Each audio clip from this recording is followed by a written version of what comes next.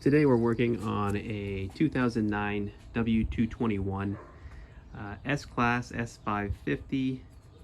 It needs a starter. First thing you want to do is disconnect the battery. The reason why you want to disconnect the battery is because you're going to be taking off a power lead that is connected directly to the starter, and if that dangles around and hits any ground, which would be very easy to do, you're going to bust a fuse. You don't want to go through that. So very simple, just disconnect the battery. Take this cap off.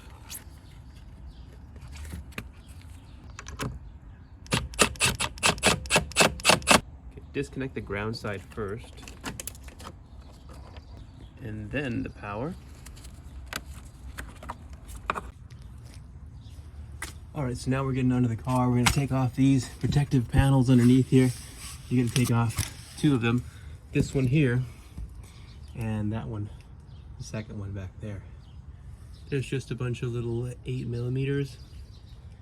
And just take all of those out, and we'll be ready to start. This is what I'm taking down there. Plenty of light. I've got a floodlight here. That's just for filming so you guys can see better, and that one's for me so that I can see better. And then we've got a couple of ratchets here. This is going to help with the little 10 that's grounded to the starter. A couple of extensions, 3-inch, 6-inch, 3/8 ratchet, 13 deep socket, and 13 regular. And this is a Milwaukee ratchet so that I can speed things up a bit. Okay, so through here you can see the cap for the power that goes to the starter. I got to get that plastic cap off. There's going to be a 13mm under that, and just below it to the left is a 10mm. That's the ground strap. We're going to take that off as well.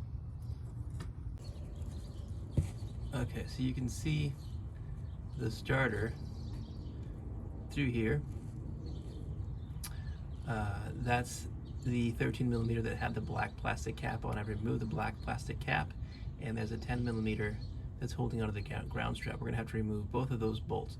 Make sure that the battery is disconnected before you remove the power. Okay, so there's that clip that we're gonna move right here. There's just a little notch here. You stick the screwdriver in, and it just snaps off. Now we can get it. And we can loosen up this harness protector, and we can see from here the screws that we have to get to on the starter. Here's a 13 right here, and the 10 is right below it right here. I just removed the 13mm nut, and now we can take this power. This line here is connected directly to the battery. So this is the reason why you want to disconnect your battery, because this can easily touch ground on any of these metal surfaces, and then you're going to blow a fuse. You're going to have to find it. It just takes more time, so just disconnect your battery. Okay. Now we have a 10mm that we're going to take off next right here. That's for the ground strap. Okay, so I just removed the ground strap. That's this little guy right here.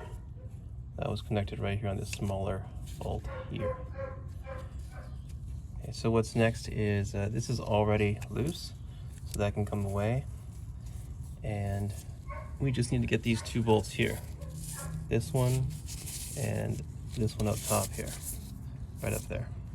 Okay, so this is the setup here. I'm sort of behind the catalytic converter with a 9-inch extension. I've got a 6 and a 3 put together to reach the starter bolt there, and I'm behind the catalytic converter. Okay, let's see if you can see through here, and it goes right in through here.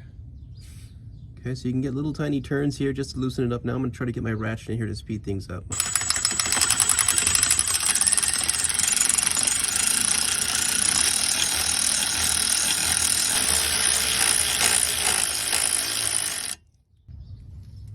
So I had to use the smaller ratchet for the top screw. because there was no room to turn the larger ratchet. So small ratchet, it's a flex head ratchet. It may not have to be.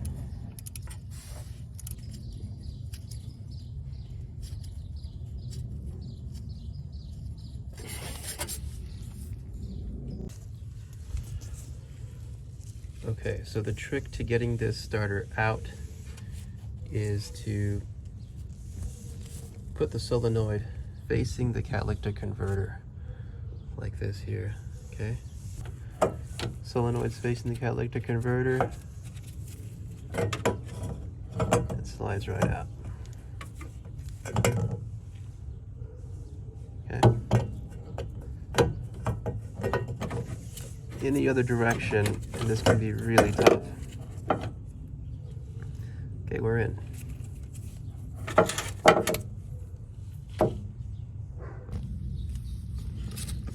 So the starter, when it goes into the flywheel, it's going to go in this way, in this direction. It's going to be sitting in the engine in this direction here, okay?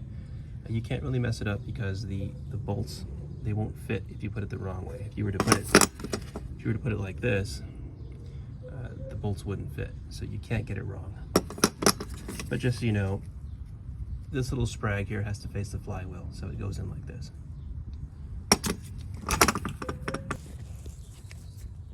Okay, so it's back in.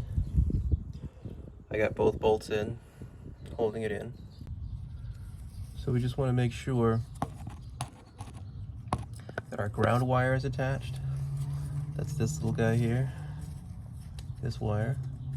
And our power is back up here. Let's see if we can zoom in a bit. Here's our power with a 13mm bolt up here, and that's our power cord. It's back in. And then we've got our ground strap right in here, and there's a 10mm holding it in. Okay, so make sure those are nice and snug. We're gonna put the panels back on and then go and connect the battery and start her up.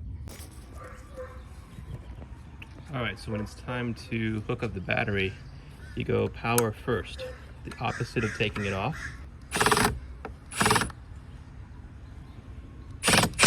And the negative.